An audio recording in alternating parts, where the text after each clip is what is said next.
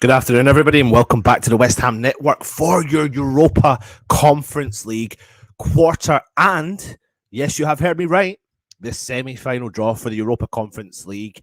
West Ham got through in unbelievable fashion, winning 6-0 on aggregate against the Cypriot team AEK Larnaca last night. How are you feeling about that? We are going to go through the teams that West Ham can draw in the next round. And of course, we're going to go through some of the player ratings from yesterday evening as well. But if you are new around here, please hit that cheeky wiki subscribe button. Why not? We're on the march towards 20,000 subscribers. Push that button now. If you haven't already, do it. The bell notification that will notify you when all of our shows do go live as well. If you're interested in becoming a channel member, we're about to do what we would call a glow up, I think. Is that what you call it in terms of expanding the membership program? So we're going to do a bit of a rejig on the channel. We'll be bringing that news to you over the international break, and there is going to be quite a lot of exciting announcements coming your way over the coming week or so. But let's get into the Europa Conference League. The draw, we're expected to be around 1 o'clock. 1 o'clock. But what I'll do is, first and foremost, I'll play you this little cheeky video, which hopefully will give you a little bit of insight, if the video eventually loads, into what to expect from the game. I'm going to jump through the comments while that video is, of course, loading, though. And let's just see what everyone is saying right now. Looking forward to seeing who we get, as we all are. Some tasty teams in there from West Ham. Come on, you Irons. Come on, you Irons. West Ham till I die. Michael Blees, who joined us yesterday. Irons. What do we want? Big boy or minnow? For me personally, I'm going for a big boy. The harder they come, the bigger they come, the harder they fall. Let me play this video to you. It gives you a little bit of an insight into the teams that have got through. And we'll go through all the information that you need to know about the draw. I'll be back soon.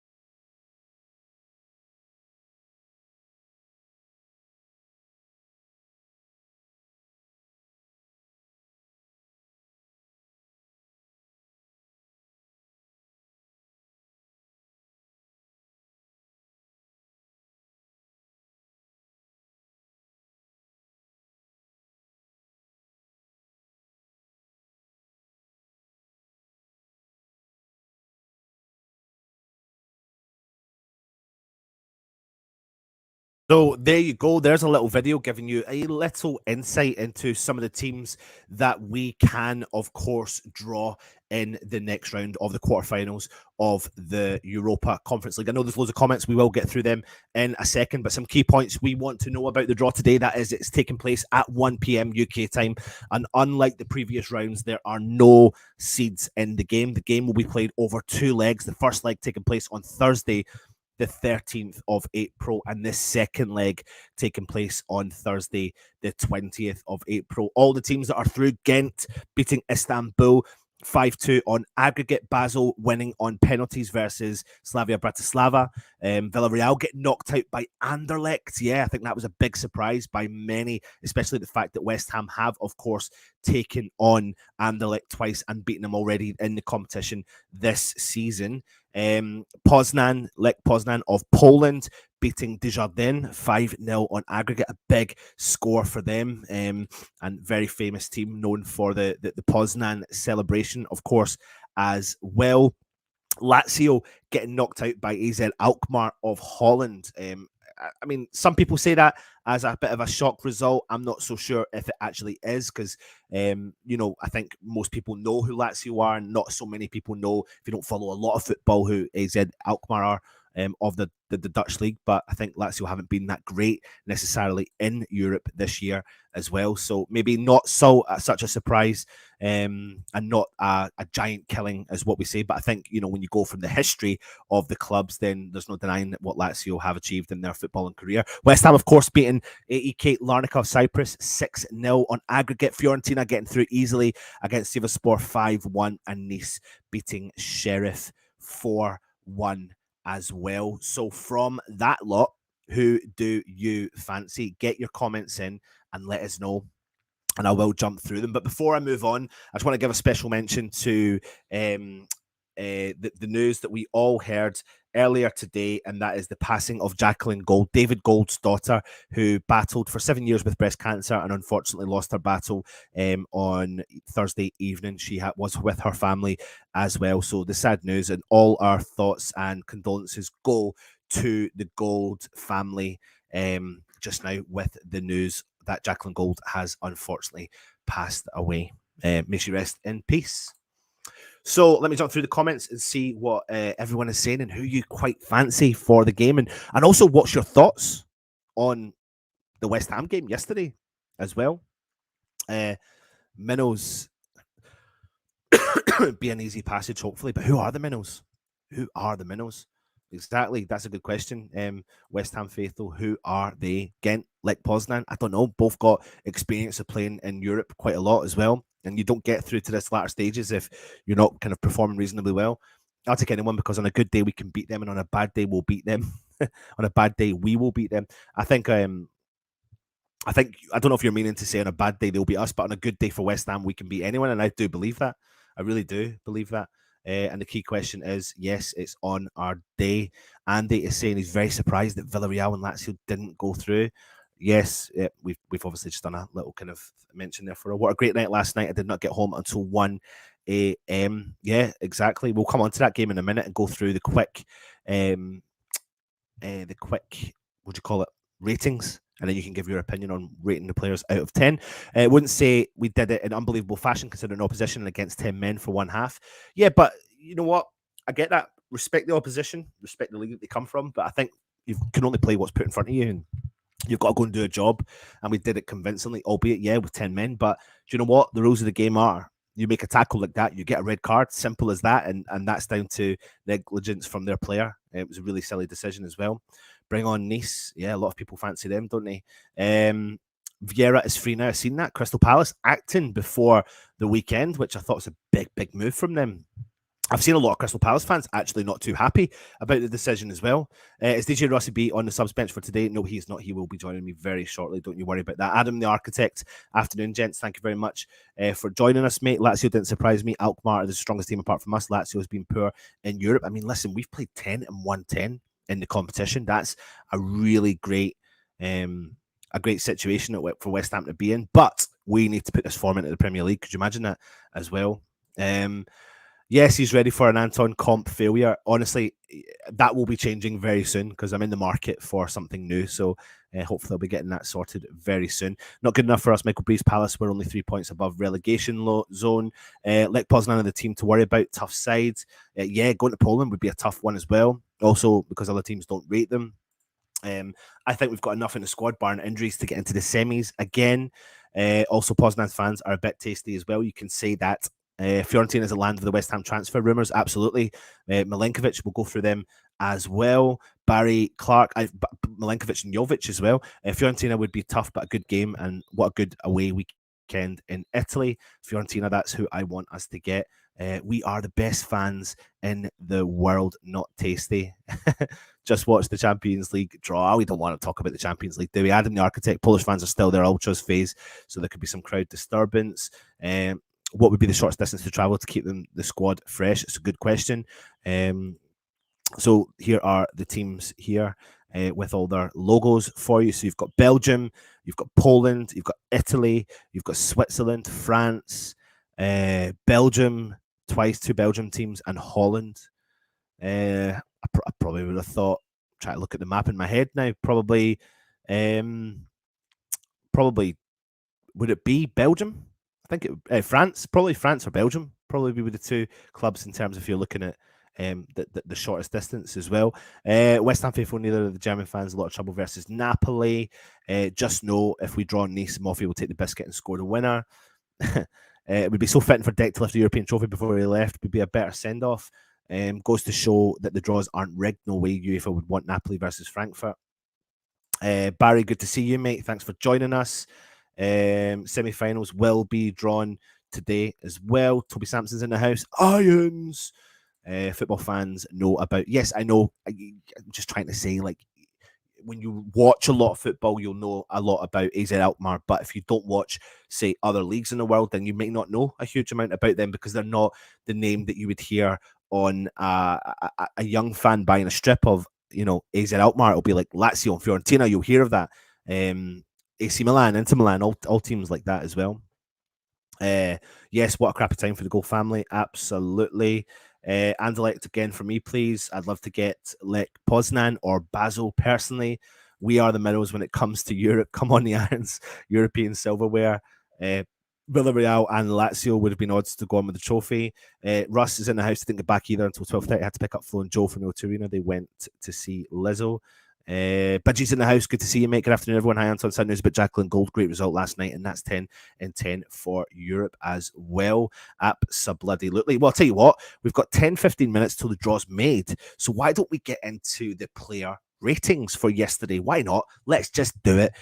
I've given you my kind of opinion on the game, so why not? I'm going to give you my scores, but let's do the ratings for the game yesterday, and we'll get through some of the younger players and talk about them. So what do you think of Areola? Not a lot to do, essentially. I thought his distribution was really good again. He's getting a little bit more comfortable as he's coming. Oh, Russie B's in the house. How you doing, mate? You okay? Yeah, surviving. Good man. Good man. Well, we're going through the player ratings. I've put my player ratings in, and you can. So Areola, mate. Didn't do much. Didn't have much to do, did he? Quiet day. Quiet night for him. Do you know what, though? I think I don't think it was just him. I thought the team, a lot of wayward passes yesterday. A lot of wayward passes. People passing just, 2 in front, 2 behind, and I think Areola was culpable as well as everyone else. So it was almost like they were had their foot off the pedal. Definitely. What you can probably tell when you listen to Russ talk about Areola is Russ is not overly convinced on Areola. Not quite yet, yeah. He's not quite yet. He's not. No. He's very edgy and cagey on the whole Areola. I mean, listen, I've given him a 7, a respectable 7, because you've walked away with a clean sheet. I think his distribution was really good. I clocked a couple of times. The ball was at his feet. He looked up and he wasn't just pinging the balls just to nobody up top. He was actually finding the gaps in between the defenders. And a couple of times Fornals tried to bring the ball down. It was a heavy touch. Skamaka brought the ball down. So for that reason, I gave him a 7. I don't think he deserved anything more, anything less. If everyone does, that's fine. Budgie gives him an 8. Zahik gives him a 6 and didn't have a lot to do. Helen says, Ludder says, winning 4-0 in the atmosphere was very flat at the stadium. It was probably one of those games, though, wasn't it, Ludders? It was like, it was I don't one know of how them games. yeah. It was one of them sort of like playing in the Carabao Cup against Rotherham. That's basically what it was like. I mean, it's still 40,000 in there. Fair play. I wouldn't say it was a dead rubber, but we were pretty hands on. Odds on to win, and people had to pay for that ticket. It's not like it was part of their three. Obviously, the previous in the conference, obviously group stages, they bought a 3-match ticket, didn't they? So I wasn't expect. I thought 40,000 was a fair result compared with playing a team who aren't particularly exciting. If we'd drawn Lazio, we'd have had 50, 60,000 there. Yeah, no problem, no worries. Yep. Right, let's get on to the next player then. I've just done it in a kind of no real particular order, obviously keeping the defenders and midfielders. Creswell captain the side last night. Russ, performance from him?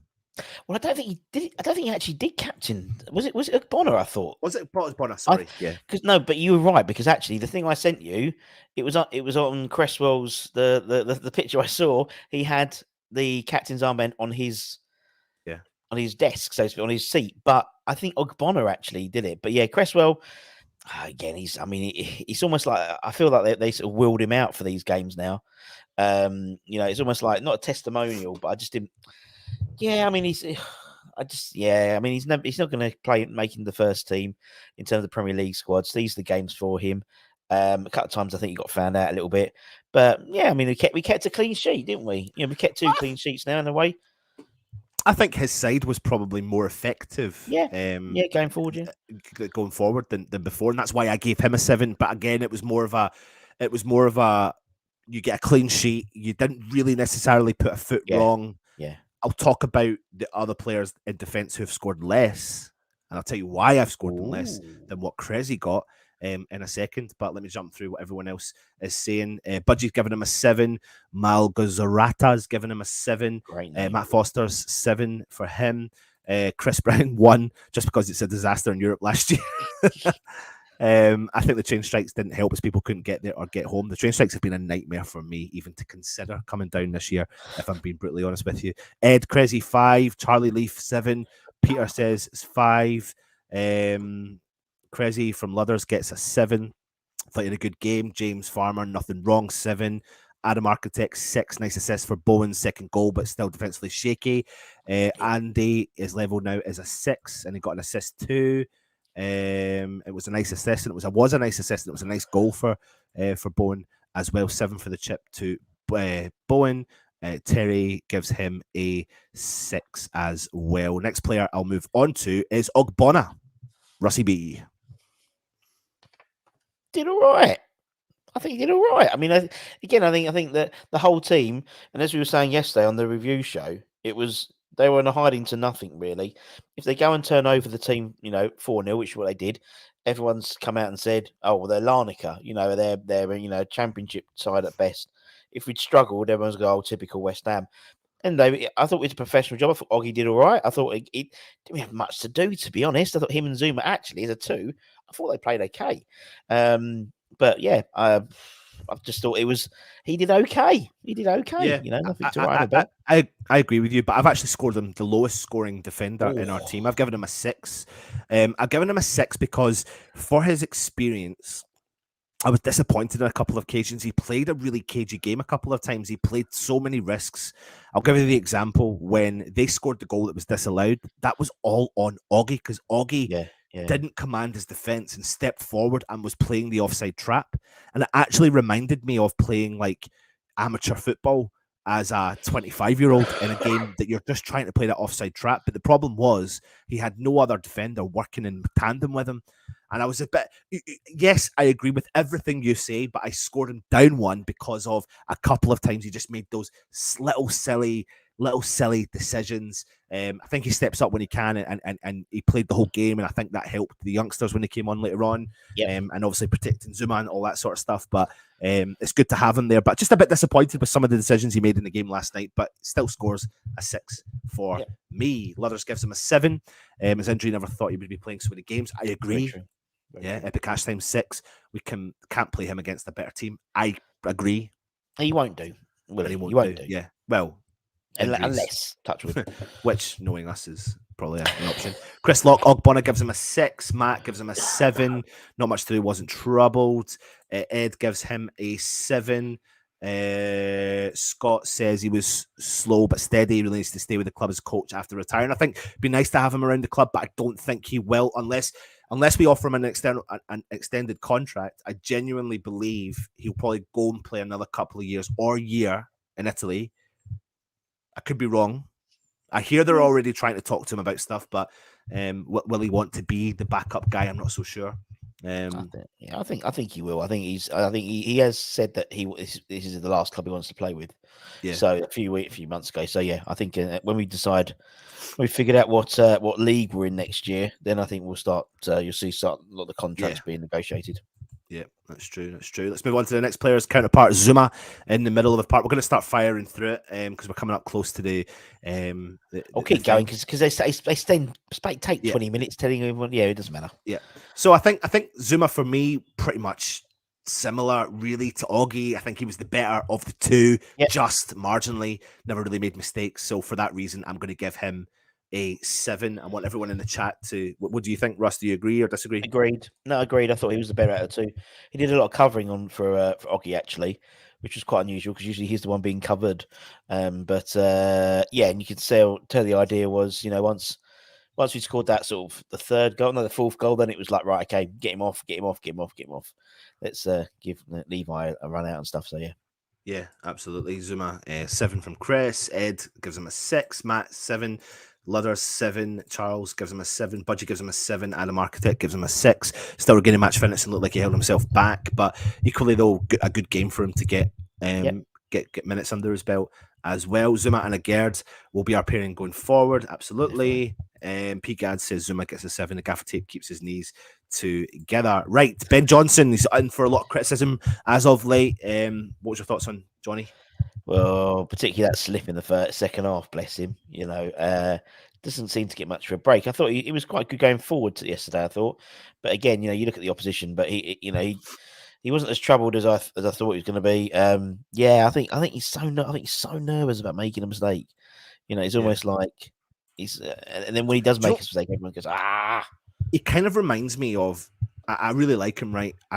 When he's on fire, I think he's a really good player for West Ham, a good player all round, whatever. The thing I think is he kind of reminds me of a player that probably reads social media. Yeah. I know it's a really, it's a crazy analogy, but I think he maybe gets caught up in that, and then that when he goes into the next game, he looks so nervy. And last night gave me that example. I think it was like. He did look a little bit nervous. I thought he had a good performance. I don't think he was crap in any way.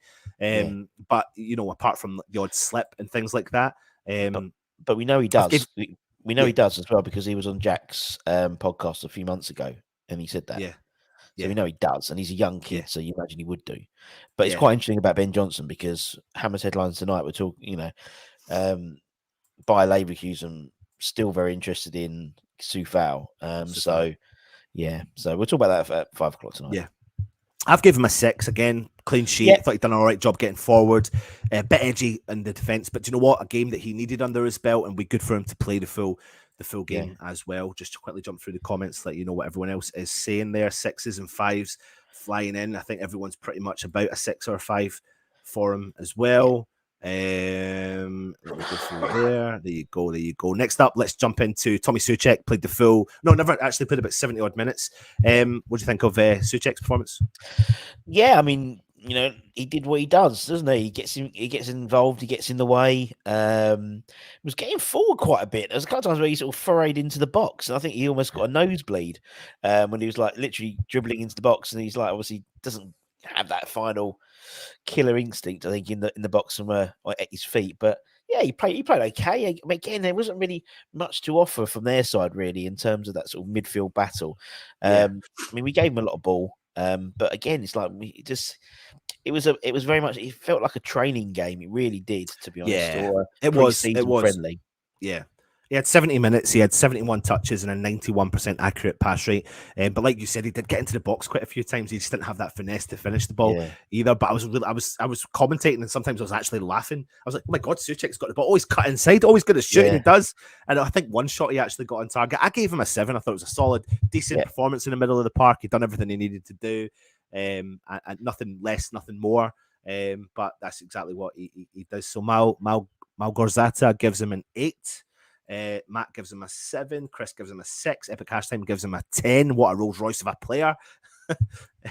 Terry gives Johnson 5 too sloppy. Adam Architect gives Souček a 6.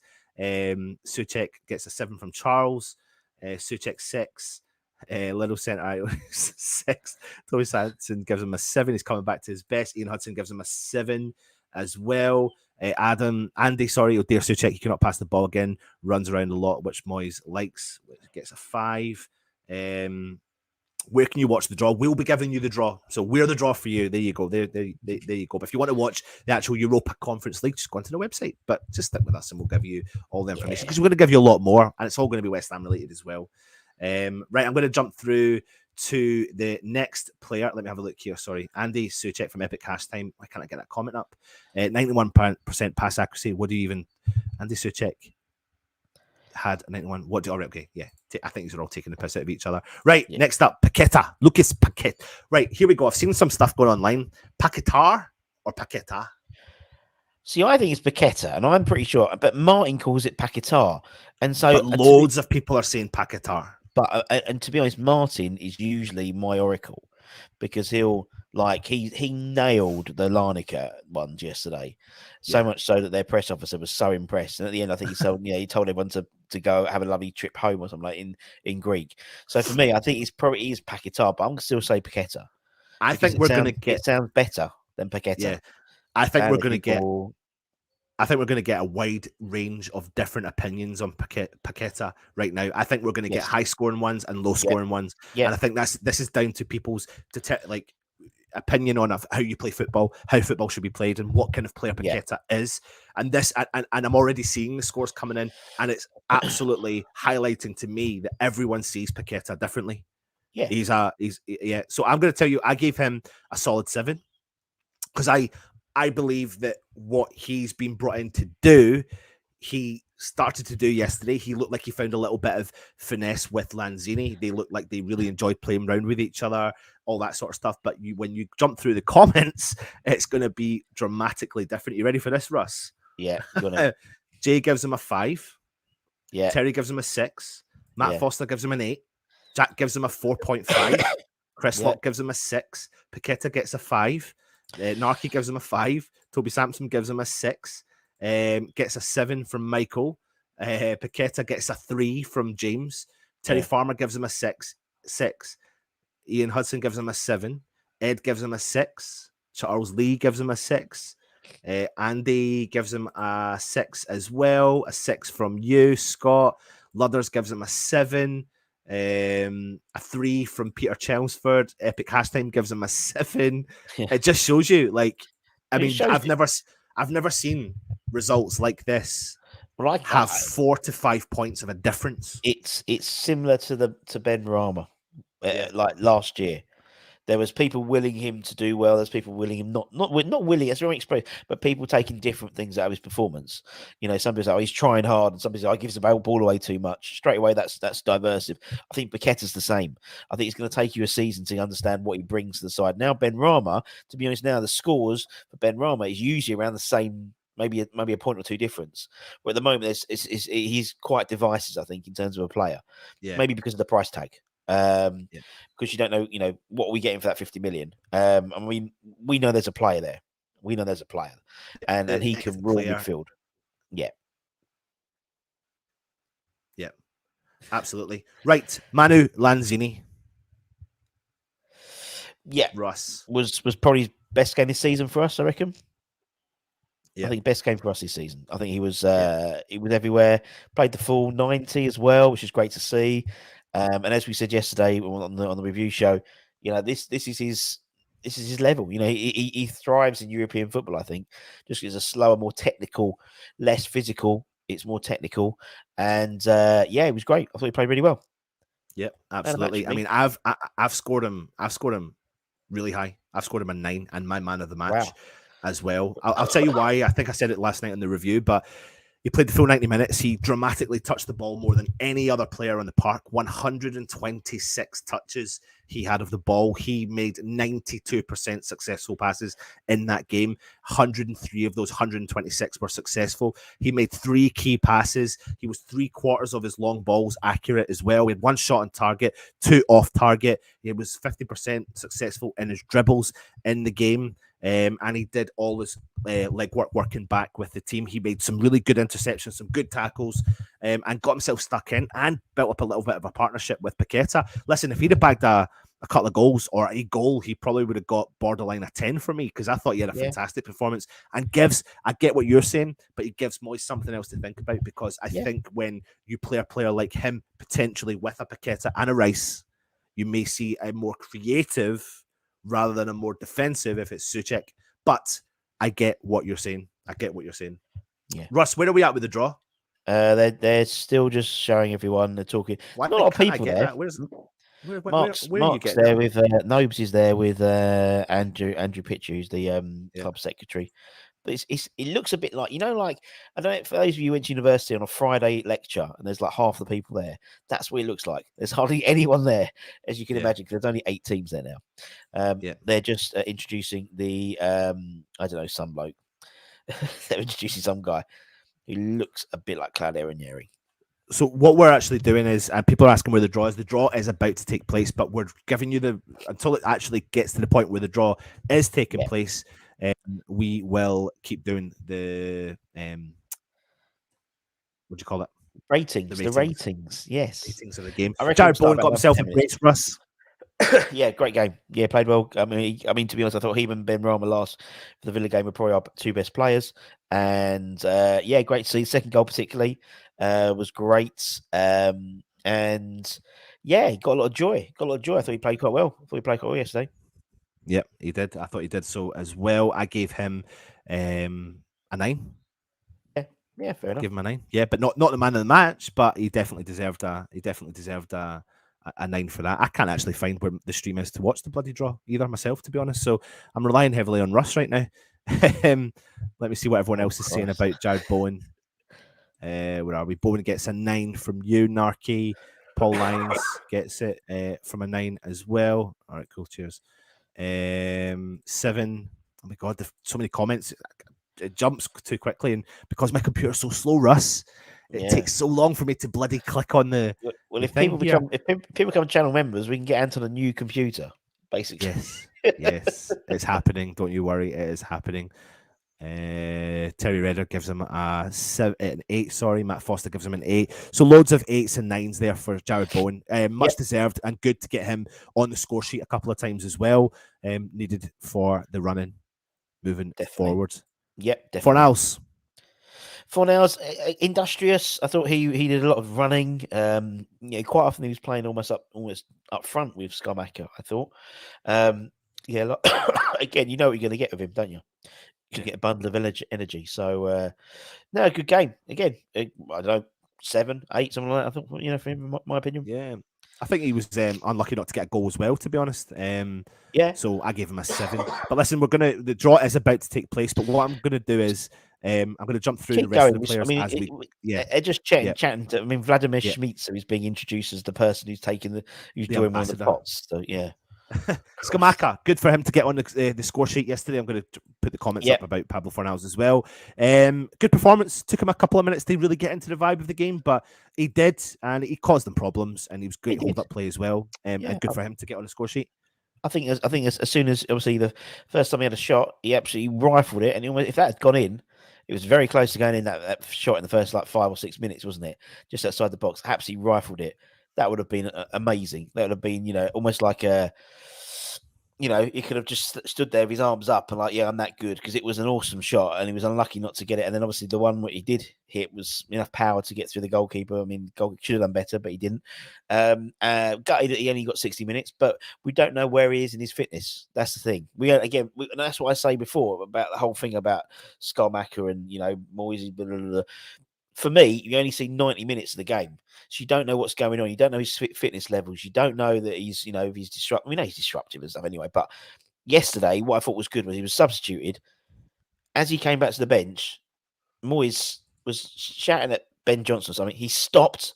He turned back round, walked back. So obviously he couldn't sort of shake the hands off because they went off the other side, him and Paqueta, and gave Scamacca a massive hug and shook like Paqueta's hand, so and everyone else gave it, and they all, and then the camera went back to them, and they were jostling all the players and throwing toilet roll at each other. It was really nice to see. But yeah, great to see him get some minutes. Yeah, trouble is now he doesn't play for another 2 weeks now, so that's the trouble. Banana and I'll get it to you after. Thank you. Literally fourth banana of the day. It's ridiculous. Anyway, let me move on to. No, put it back, please. Thank you. Full of potassium. Sorry. Yes. Right. Next up, let's get into the subs. Then Danny Ings. Let's go through these quickly. Russ did nothing.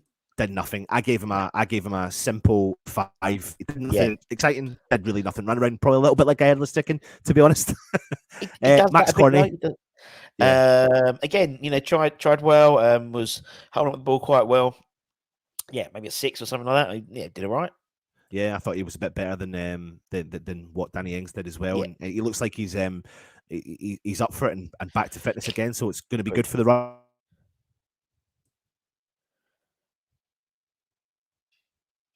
Oh, has Anton gone or have I gone? Who's gone? I think Anton's might have gone. So I will take over while he finds out what the hell he's doing. So, right. I don't know where he's gone. He's disappeared. Has he disappeared or have I disappeared? I don't know anymore. They're still chatting about they're still discussing about this draw. So we'll wait and see what happens there. We're gonna be he's definitely broken his computer. Let me just hello, he's back. He's back. Right, okay, so what we'll do is we'll do what we usually do while I bring up the scores. We'll drop this down then. All right, he's back. We'll come on to all the players in a second, but the draw is about to take place, isn't it, Russie B? It is. It's just we are. Out. Who's going to get? Lech Poznan.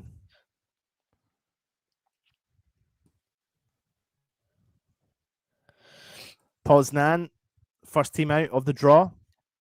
Poznan, yep. Of Poland. Fiorentina. Poland versus Italy. Lech Poznan versus Fiorentina. First game drawn out of the quarterfinals. So West Ham have avoided Poland, Lech Poznan, and Fiorentina in the first game already. So that leaves us with Nice, Ghent, Basel. Yeah. Anderlecht. Just see it. Anderlecht. Ghent is out now. Ghent. Would you take Ghent, Russ? Ghent's the next team out. Probably, but they did score a lot of goals the other day against Istanbul. They did. A lot of people saying Ghent, they would happily take them in Belgium. Quarterfinals. Are West Ham going to be going to Belgium? Yes, we are going to Belgium. Ghent. West Ham have drawn Ghent in the quarterfinals. Wow. Martin will be so pissed off because he wanted to go to Nice. I think everyone wanted to go to Nice, didn't they? Yeah. Ghent were founded in 1900. They've won quite a few trophies, Belgium First Division and the Belgium Cup 4 times, the Belgium Super Cup as well. Yeah. AZ Alkmaar have come out next in the draw. Oh, lucky we missed them. They're the ones I was worried about. Players that I'm not going to go through their players because not really you won't know too much about them, but we'll try and give you as much of information. We'll do a proper video about it all later. We could get Mikey on actually because I know he's a Genk fan, but he'll know a bit about. It's only one letter difference, so yeah. Who've out? Well, and they go Anderlecht. Oh, the Battle of the A's. Nice cheeky tie that is for the two players. Ghent are currently 5th in the Pro League in Belgium, and they finished 2nd in their Conference League group. Yeah, as well. I mean, I think on paper. I mean, listen, it's probably a good draw on paper. Basel next out, and of course they'll take on Nice. Basel versus Nice as well. Right. But anyway, we'll also find out the semi-final draw as well. Semi-final draw. Yeah. Let's think, Ghent, they play at the Gelmanco Arena, which has a capacity of 20,000 fans. 20,000 fans can get into that stadium. So let's find out who the semi-final pathway is to the final now. Which one, if we get through, who do you want, Russ? Oh, Not really. It's not easy, is it? No, it's not easy. No. I tell you what. What's that? Sorry, go. No, you go on. Alkmaar and Anderlecht. I'd rather I want Anderlecht in the final. Because that'll be so the winner of qualifier 1. It's the winner of qualifier 1, which is Lech Poznan and Fiorentina.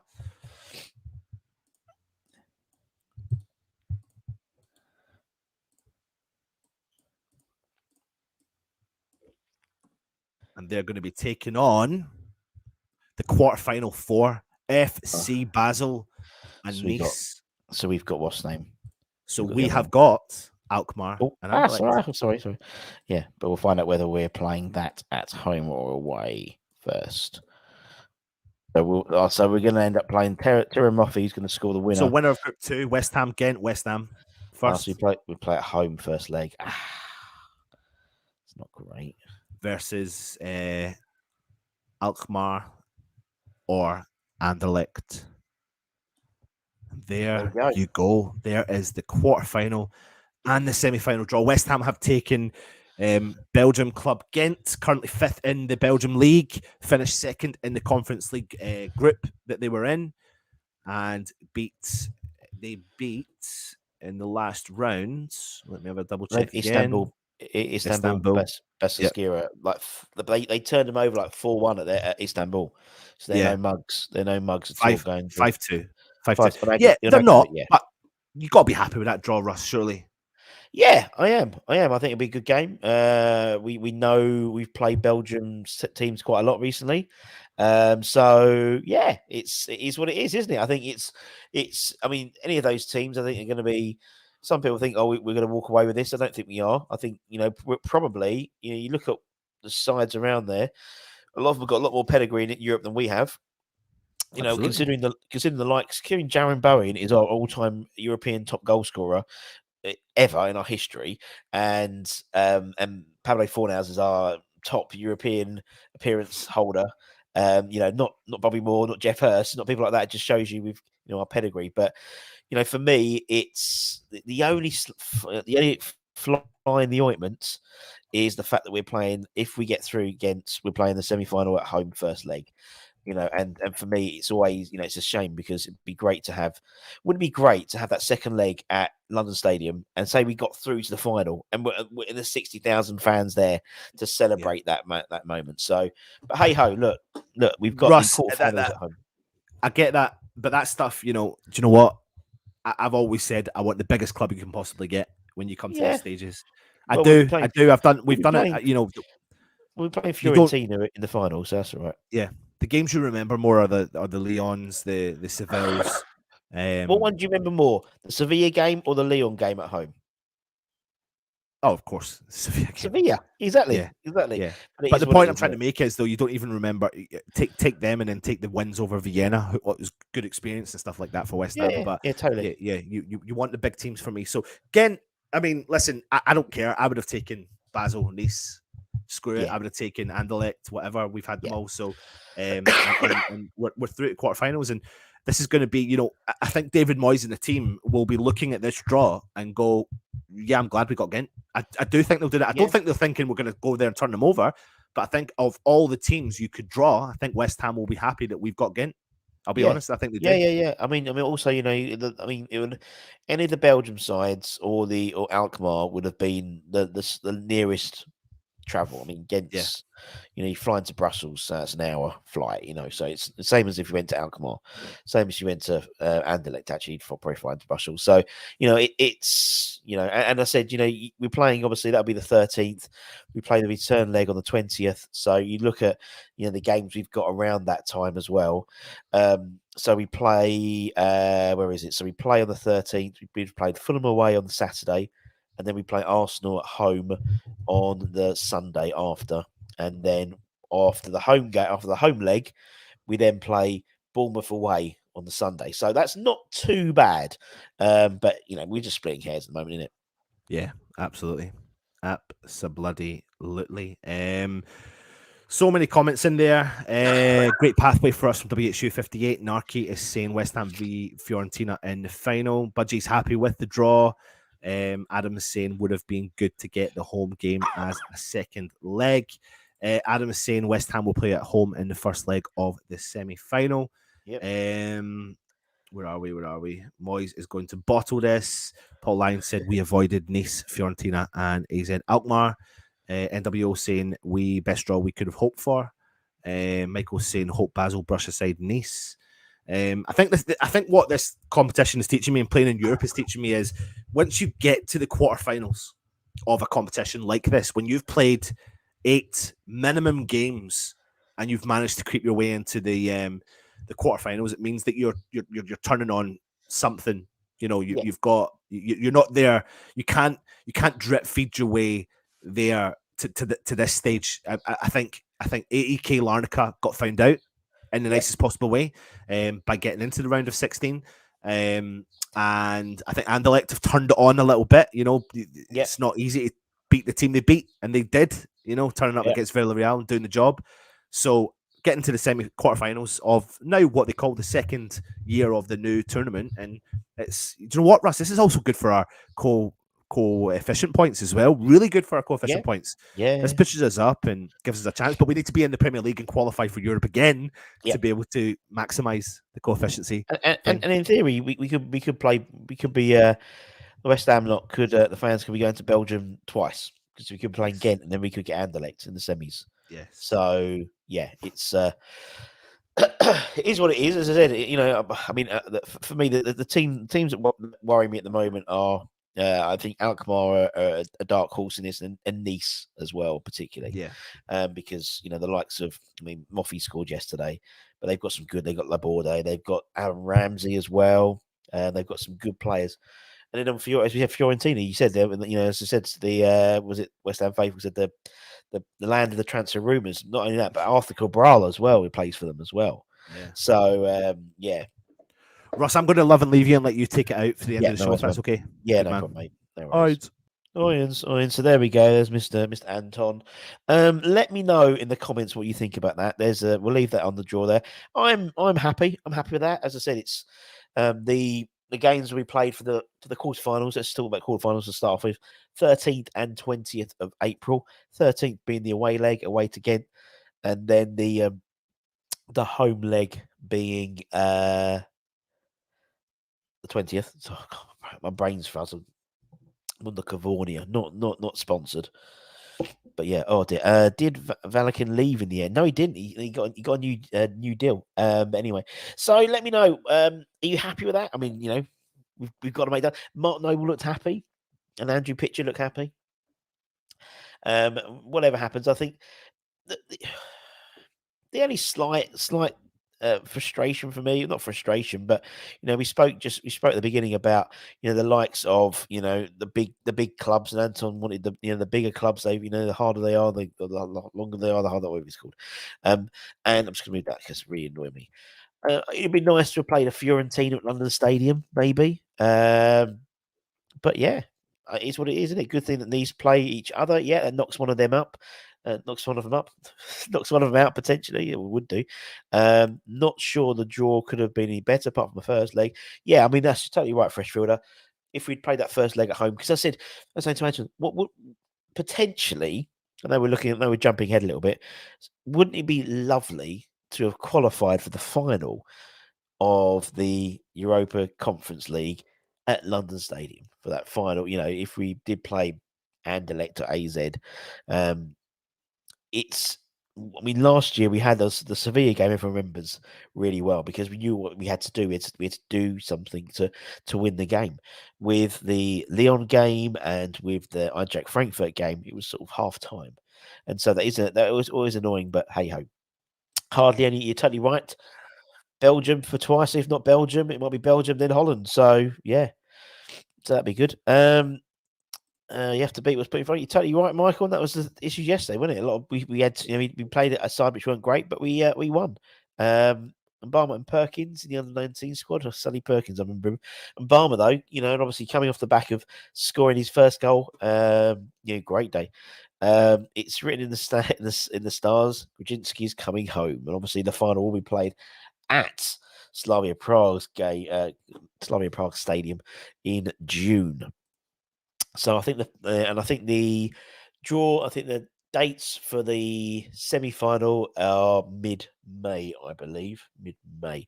But anyway, what we do is later on today we'll put up all you need to know about Ghent, give you all the information about Ghent. So you know, in the pub tonight when you're talking about the draw, all you need to know, an idiot's guide to Ghent, so you know everything about that side. And then at Hammers Headlines tonight, we'll be talking about.